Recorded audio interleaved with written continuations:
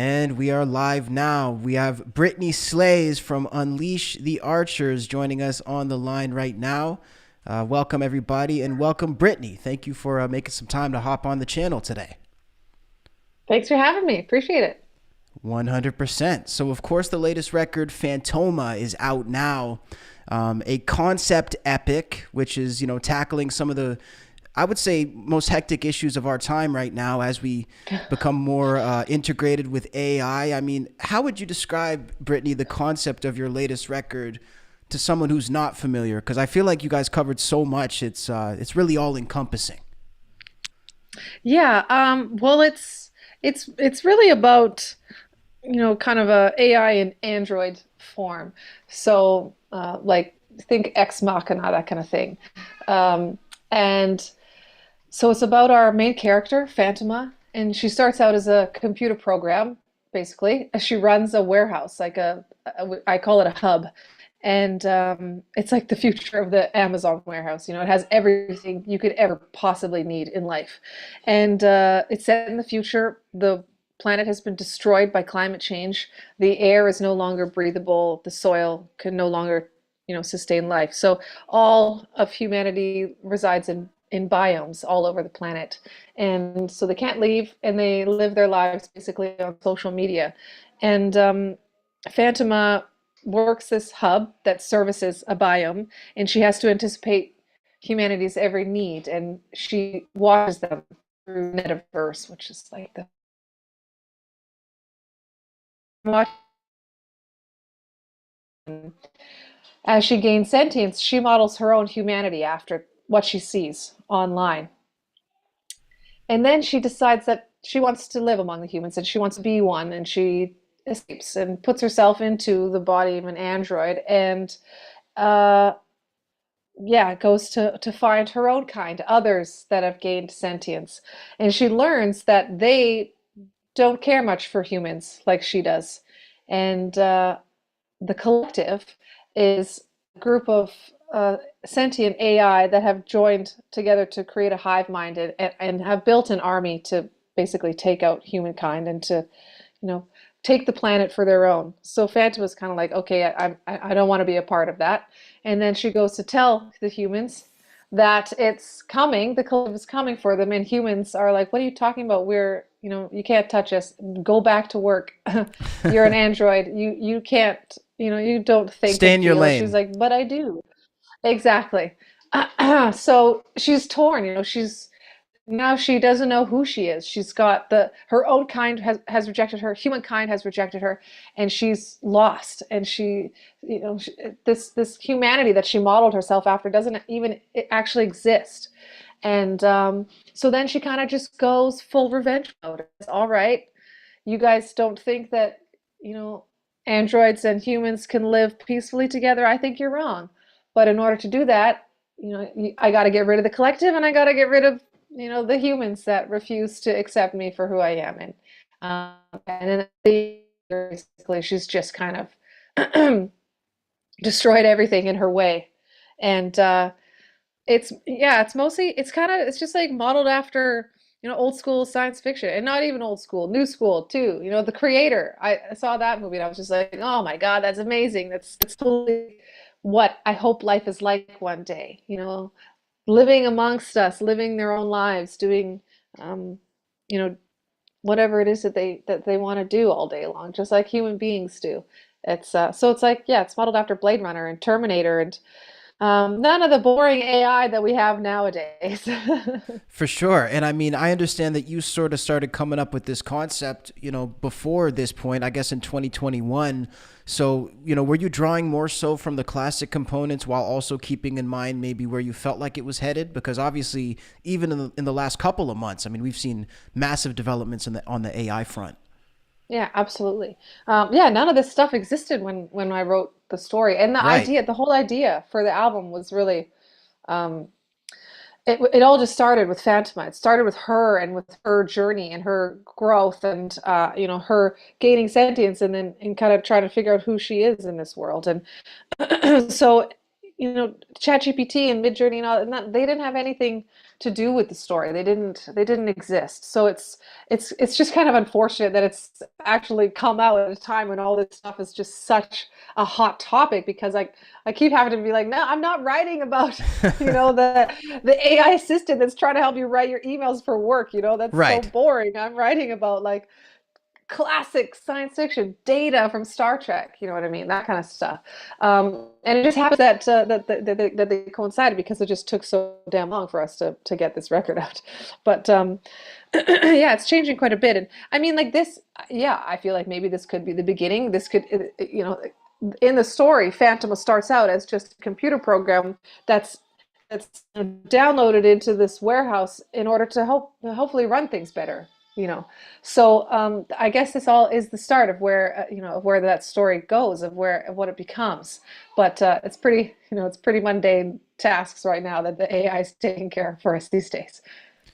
Yeah, I would agree for the most part. I mean, jumping back into the album in just a second, but I do want to sort of put the whole AI topic to bed. Obviously, we cover a lot of different genres on this channel. We were covering the big rap beef that happened this past month. And one of the big issues in this beef was that people couldn't tell if the tracks were real or if they were AI. And then we got to a point where one of the tracks actually was AI. What are your thoughts on sort of AI making a presence in music like this? Obviously, we've seen that. We've also seen artists looking at sort of trademarking their likeness against AI. What are your thoughts on that sort of dynamic? I mean, yeah, I think it's, AI is going to become a part of it, regardless of my opinion on it. I think it's just Right. kind of happening, and so I don't really care about it. I don't have a problem with it. If people want to make music with AI, go for it. It's not what I'm going to choose to do. I'm going to continue to write music the way that I always have. But that's the thing, is that people think that it's going to replace music, and it's like, no.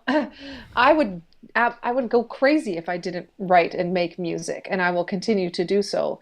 As long as I have the capacity to do so. So it's not going to replace me. I'm going to keep, and I think that millions of other artists out there are the same. We're going to keep making music. And if other people want to join in the party with AI music, sure, go for it.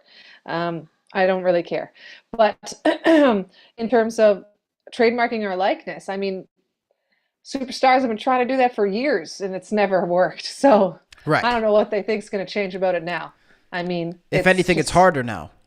yeah, for sure. It is. Absolutely. So it's just kind of like, well, you're in the public sector. It's kind of too bad. Um, Wear a mask if you don't want people to take pictures of your face and use it for things. And it's just like, uh, you know what I mean? There's nothing to do. It's not about AI. It's about humankind. It's about us choosing to abuse one another in the way that we always have for generations. It's bad people versus good people. That's it. It's the age-old tale, and it's never going to end. So, I mean, go ahead and blame whatever's happening right now. It's just that there are just shitty people on the planet. There's nothing you could ever do about that. So if there was a Unleash the Archers AI, let's say that came out, you wouldn't be bothered by that. I mean, well, like, what am I going to do? Am I going to sue them? I don't have money to take somebody to court. And yeah, of course I'd be bothered by that. And I'd be like, not actually us, but it would also be hilarious to like cover one of the songs. So, It would be you know, interesting. just just take it as it comes. I don't have time in my day to get angry about this kind of stuff. I want to make music. I'm gonna make music, and if other people want to rip us off, I can't stop them. They're doing it now, for Pete's sakes. Our artwork is on these red bubble sites and stuff. We don't get paid for that. You can't. It's exactly the same. So, why? I don't know. There's too much going on in the data to waste angry about this stuff. That's a good point. I mean, it's like in the 90s, if you were to, waste energy trying to stop people from burning your CDs. I mean, at a certain point, there's nothing you can really do about it.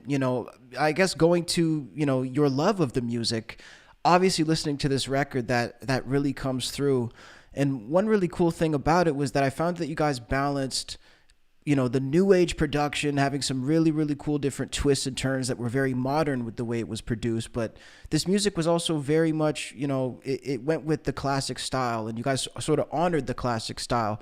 Is that a conscious thing in your mind, Brittney, while you're making music? Or is it just like you've been influenced by so much stuff, it's just a natural consequence of your ear, so to speak? Yeah, I think yeah, it's really just kind of, what are we listening to right now? What's our favorite song? What's our favorite artist? And um it you take what you love and you put it into your own creation. So we definitely did say, we want this to be, influenced by earlier, like kind of mid-aughts Maiden and like 80s kind of power ballad styles and all that kind of stuff. And then we said, let a modern spin on it, let's try and make it a little more proggy or, instead of looking at 80s bands, look at the, modern bands that are doing 80s styles in a different way, like Stryker, which are good friends of ours from. So we were influenced by them as opposed to being influenced by, like Scorpions or whatever. So it's just, it's about, yeah, the modern influences. And it's kind of like we just have so many genres that we love that they get put into this melting pot and it kind of becomes our own sound because we mix so much together and just try and put a little bit of a modern spin on things, add some synth in there and put a breakdown where, other you wouldn't otherwise have one and that kind of stuff. So it's constantly just how can we do what we love and what has influenced us over the years and put a modern spin on it. I think it's really cool. And especially, when you look at your voice, the one thing that interests me is when you listen to all your different records, there's so many different sides of you that are showcased. Your range is just unbelievable. I mean, when you're putting this together, is it hard to decide, where you're going to go with it? Because you can go from such a low range to such a high range. Or is it just the music that dictates that and it's not necessarily your personal choice?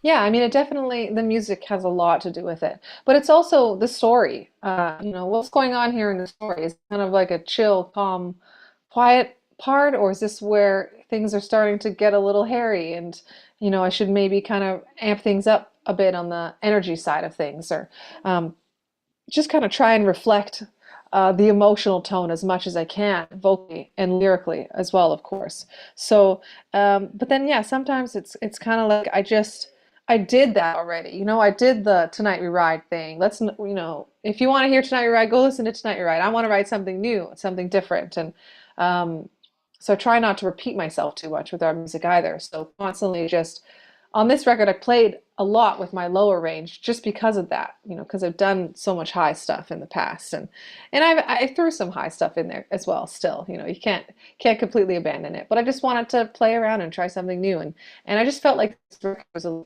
little bit more of a darker place, so I thought that it might fit well with this one. Yeah. Would you say the creative process felt different due to that? Or is the creative process, again, more so the same and there's just sort of small differences that you notice?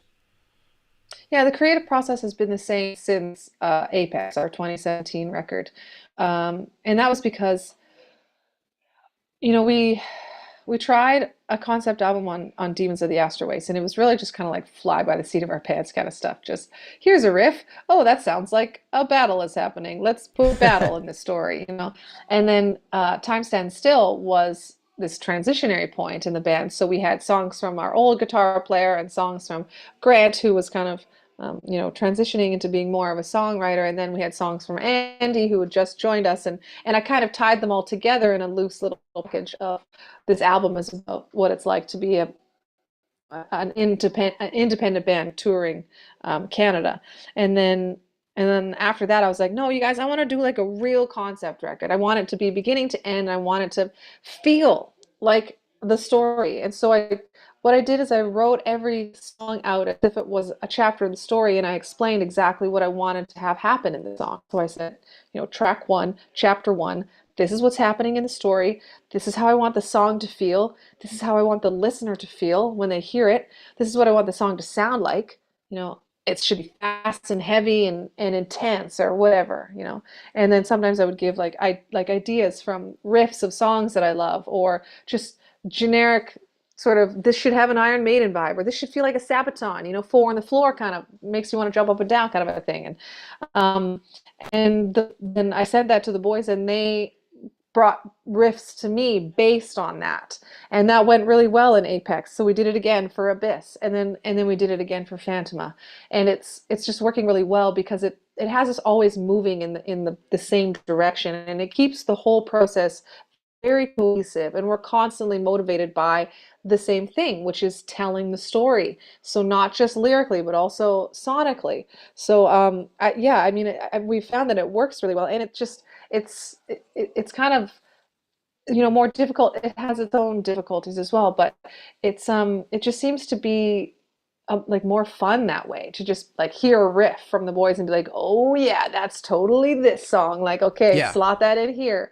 And then I kind of take their demos that they've sent, whether it's literally one riff or almost the whole song, or just like first intro, first chorus of a song, and I line it up like the album, like it's going to be on the record. And I say, does this feel right? Does this flow right? Is there any jarring moments? And just from beginning to end of the songwriting process, we're constantly thinking of the whole record at the same time, and making sure that everything fits exactly where it should be. What are some of the biggest difficulties? Because as fun as this does sound, it does not sound easy. So I mean, there's many different people, there's a lot of different brains, moving pieces. What's the hardest part to sort of grasp when you're making a project like this? Sometimes, you say no to a riff a few too many times, and the boys stop sending you riffs. But Discouraged for a couple minutes. yeah, exactly. Like, I'm busy. I'm gonna go do something else, and it's like, no, let's write the album. Come on. I'm sorry, but yeah, it's just kind of. I think that it's just more time consuming this way, as opposed to, here's a song, cool, let's write it and move on to the next one. It's more, there's a lot more minutia to it all. So, like I said, we started writing this album back in, like January of 2021. So it's been a long time coming. But I just feel like when we take our time with it, a lot of people say, where are like the B-sides? Where's the songs that you cut and that kind of stuff? And there are none. We Really? focus, yeah, it's not how we write. We don't like write 50 songs and then pick the best ones. We write every song with so much intention that there's never extras, because if you send me a riff that doesn't work, we don't even waste time on it. It's Right. just, we focus on what works. So yeah, it's an interesting way to do it, but it's definitely, probably a little bit more difficult than just kind of letting the creative juices flow and see where it takes you. That's really interesting. I mean, when you're working with a label, is there any sort of creative input from the label on, as far as the themes, or are you guys at a point where obviously you've proven yourselves with record after record and the label just lets you do what you do?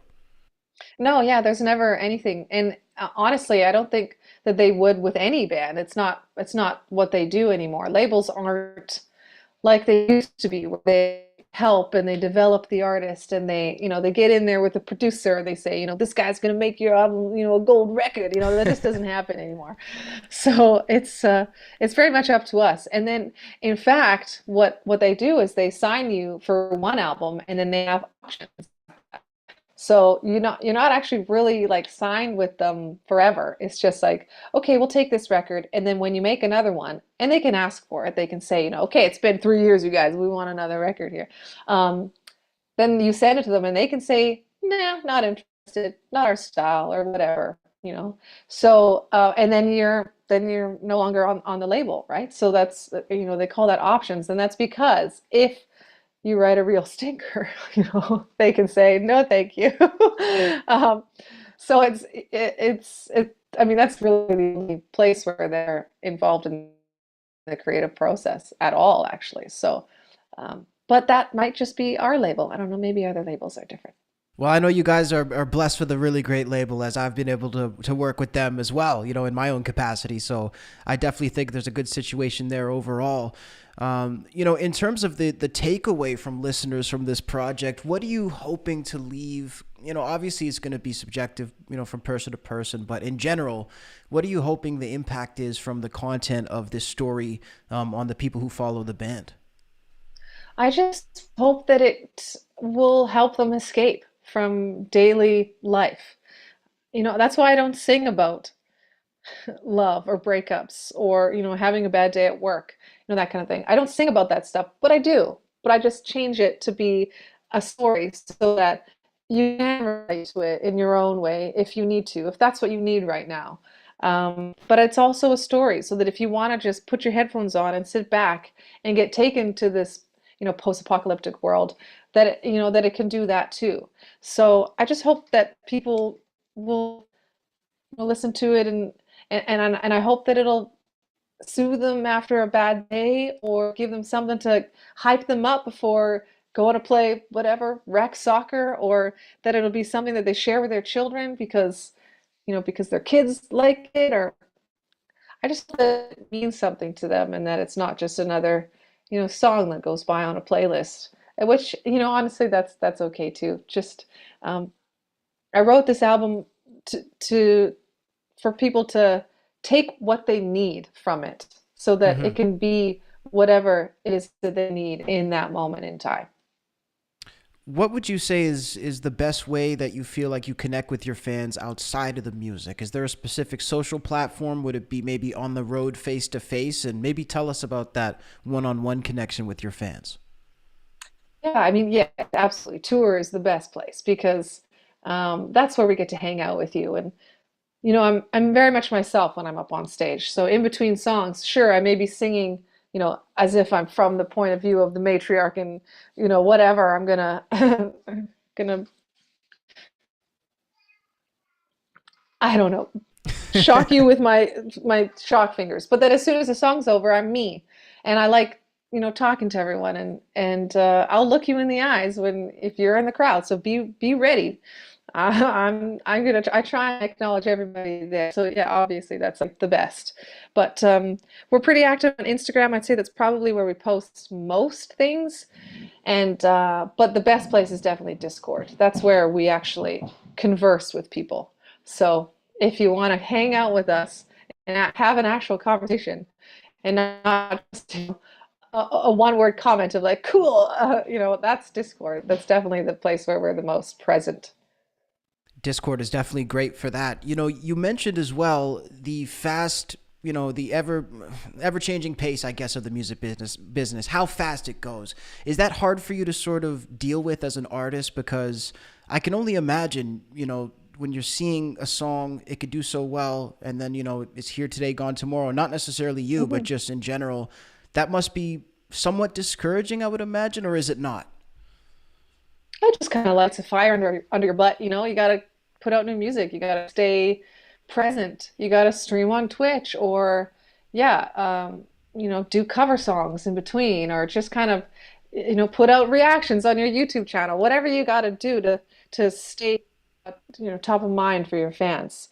There's a lot of ways to do that. It's not necessarily about releasing an album every year, but you definitely have to keep putting out music. And it's not like it was in the old days where you put out an album and record sales will sustain you with royalties for years, and then you decide, oh yeah, maybe let's put out another album. It would be fun to get out and tour. It's just like no, it's a job now. Basically, you have to keep putting out the music, keep hitting the road, and keep staying in touch with your fans because yeah, you can't just be like an aloof rock star anymore. And not that we would ever want to be that anyways. That's so Right. boring and lame.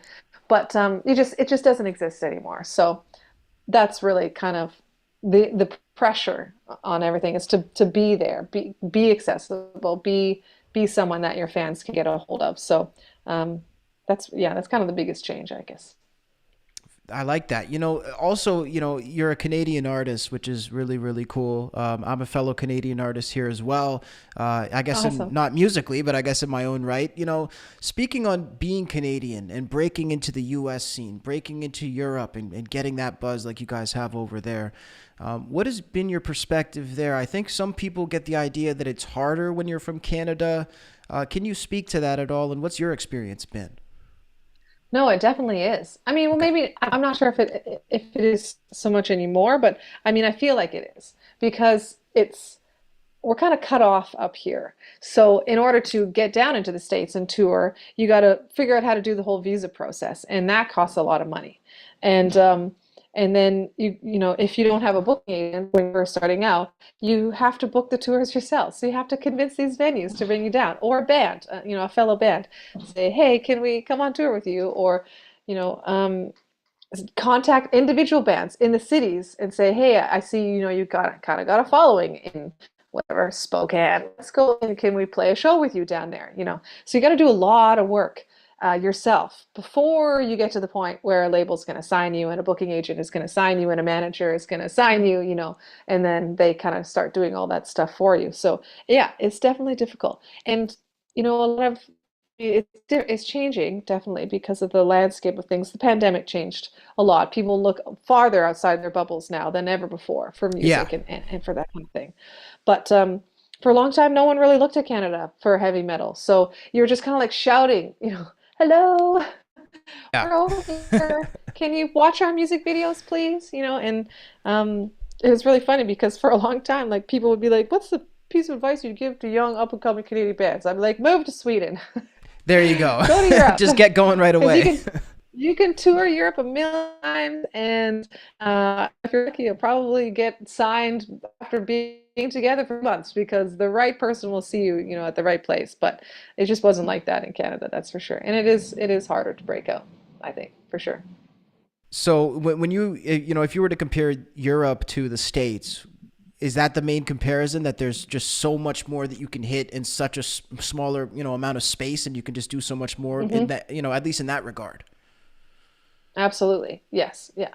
In the States, it's kind of like you got a big city every, you know, 8 hours if you want.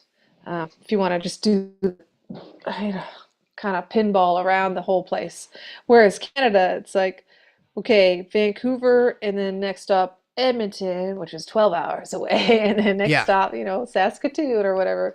And then God forbid the Winnipeg to Thunder Bay routine is like 24 hours. Like, my God, Wow. unless you can get to Sault Ste. Marie, you know, find yourself a promoter in there somewhere. It's just insanely difficult. So, yeah, I think the States is a little bit more accessible on that front.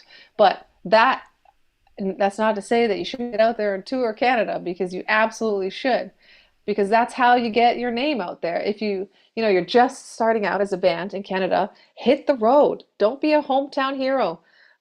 Let people get to know your name all across the country, and then you're, you know, you're a national.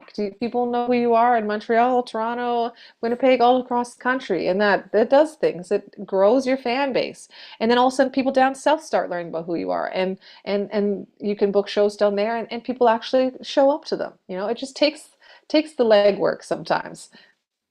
Yeah, no question about it. I mean, it may take a little bit more to get mobilized if you're in that Hmm. situation, but definitely I think it's worth it. To wrap up, I guess we'll just, you know, jump into the chat a little bit. I'm seeing here Shout. And by the way, if anybody has questions for Brittney, make sure to drop them in the chat down below, and I will go ahead and ask them real quick. Shout is just speaking on the fact that musicians in 2024 really need to be active on social media every single day to keep it going. Would you say, Brittney, that you spend an equal amount of time on promotion as you do to music, or have you been able to carve out more time for music even while staying consistent every day with the promo? Yeah, it's been difficult because I'm working on another project right now, actually, Wow. and just trying the fi to, I know, I'm the worst.